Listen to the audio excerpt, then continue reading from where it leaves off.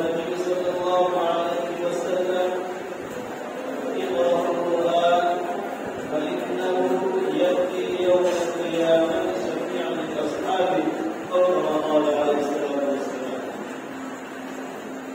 میرے محترم دوستوں، دینی اور ایمانی بھائیوں اور جماعت المسلمین کے تمام دیگر حضرات، ہم کافی دیر سے ہمارے چھوٹے چھوٹے بچوں کے پروگرام ہوتے تھے. ہم ان بچوں کے پروگرام کو سماعت کر رہے تھے. کبھی کسی نے ہمیں متفرقہ سنایا، تو کبھی کسی نے قرآن کریم کی آیات کو سنایا، کسی نے حمد سنایا، کسی نے نعت سنائی. بہرحال ان چھوٹے چھوٹے بچوں کو پروگرام سن رہے تھے. وقت 10 منٹ دیا گیا ہے، 10 منٹ کے اندر جواب کو ختم کروں. باقی تو ہمیں ہمارے دوست مفتی زبیر صاحب کا وقت سننا ہے. اصل بات چھوٹی ہوگی. بہرحال بہت بڑی خوشی ہے اس بات ہے کہ بندہ بہت سلامت جاتا ہے، لیکن یہاں ایک چیز جو دیکھنے کو ملی، 10 سے زیادہ چھوٹے بچوں نے بھی ماشاء اللہ مائک پر آ کر پڑھا.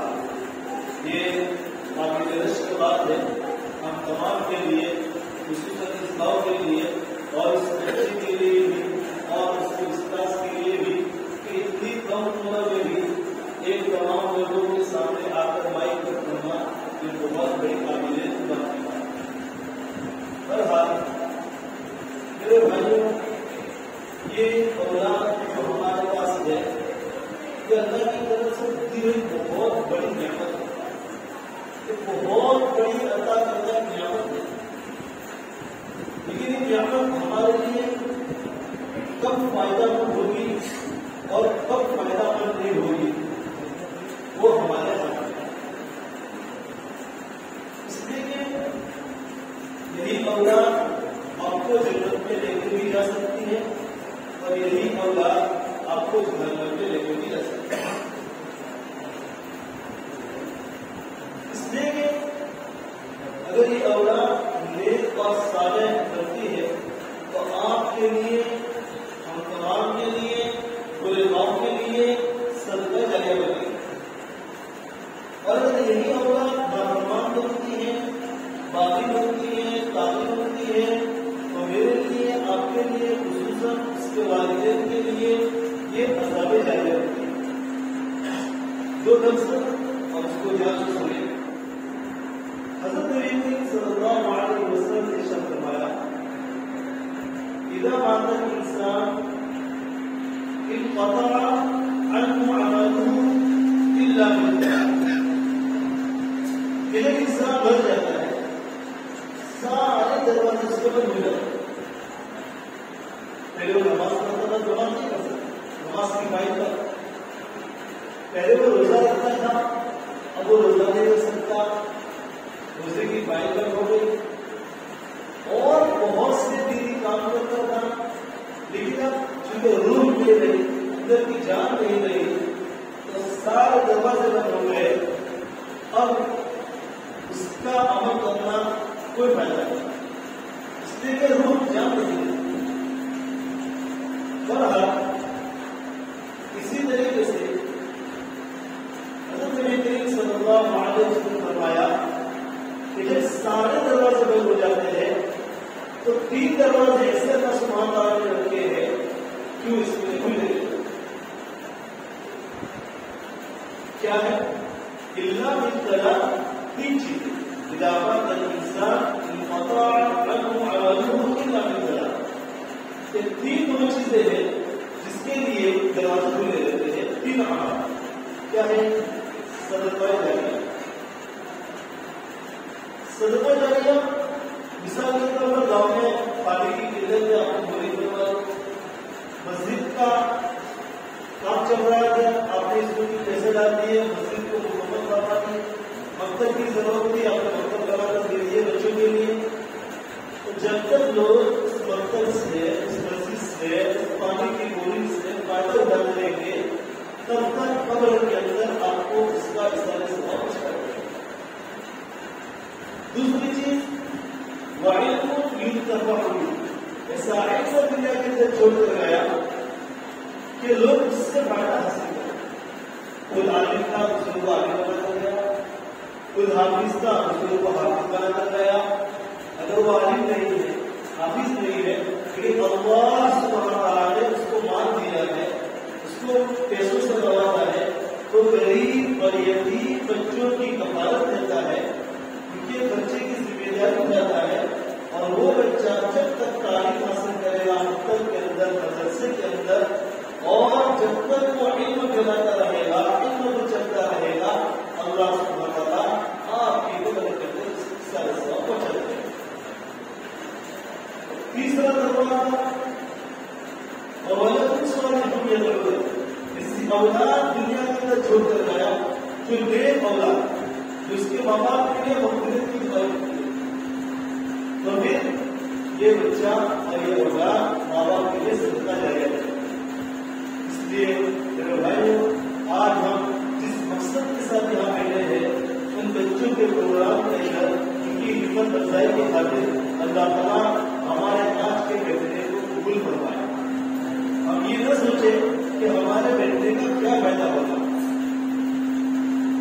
یہ نہ سوچیں، اس لیے کہ یہ بچے جب یہاں پر مائک میں پڑھ رہے ہیں اور اس لیے جو بھی محنت ہوگا اس کو دل کے اندر خوشی ہوتی ہوگی کہ میرا بچہ اسٹیج پر آ کر مائک پر آ کر پڑھ رہا ہے. تو اسی طرح اگر آپ اپنے اولاد کو اگر مکمل پڑھائیں گے، دینی تعلیم کے لیے وقت کریں گے، آپ کا بچہ جب حافظ قرآن بنے گا، عالم دین بنے گا، تو دنیا کے اندر اسٹیج پر آنے سے آپ کو تھوڑی سی خوشی ملتی ہے، تو کل قیامت کے دن تمام لوگوں کے سامنے آپ کے سر پر تاج پہنایا جائے گا. اس کا کیا خوشی ہوگی، ہم اس کو ایمان نہیں کر سکتے. بہرحال تو میں کہہ رہا تھا کہ اولاد کو نیک اور صالح بنانے کی محنت نہیں کرنی چاہیے، اس لیے کہ ہم حضرت نبی کریم صلی اللہ علیہ وسلم تمام انبیاء کو لے لو، صحابہ کرام کی زندگی کو لے لو، انہوں نے سب سے پہلی فکر جو کی ہے وہ بچوں کی تربیت اور بچوں کے ایمان کو بچانے کی اور ان کو یقین بنانے کی بھی ضرورت. قرآن کہتا ہے ہم کو تم شہداء اذ حضر یعقوب الموت، کیا تم ہم کو تم شہداء اذ حضر یعقوب الموت اذ قال لبنيه ما تعبدون من بعده قالوا نعبد إلهك وإله آبائك إبراهيم وإسماعيل وإسحاق إلها واحدا ونحن له مسلمون. یہ اس وقت کو یاد کرتے جب یعقوب علیہ السلام پر موت طاری ہوئی، انہوں نے اپنے بچوں کو، اپنے نوازوں کو، اپنے پودوں کو جمع کیا اور آخری وقت میں ارشاد فرمایا یہ کہہ رہے کہ تم میرے بندے کے بعد کس کی عبادت کرو گے، کون سے دین پر چلو گے، کس کے طریقے پر چلیں گے. سب نے مل جل کر ایک ساتھ بے زبان سے بولا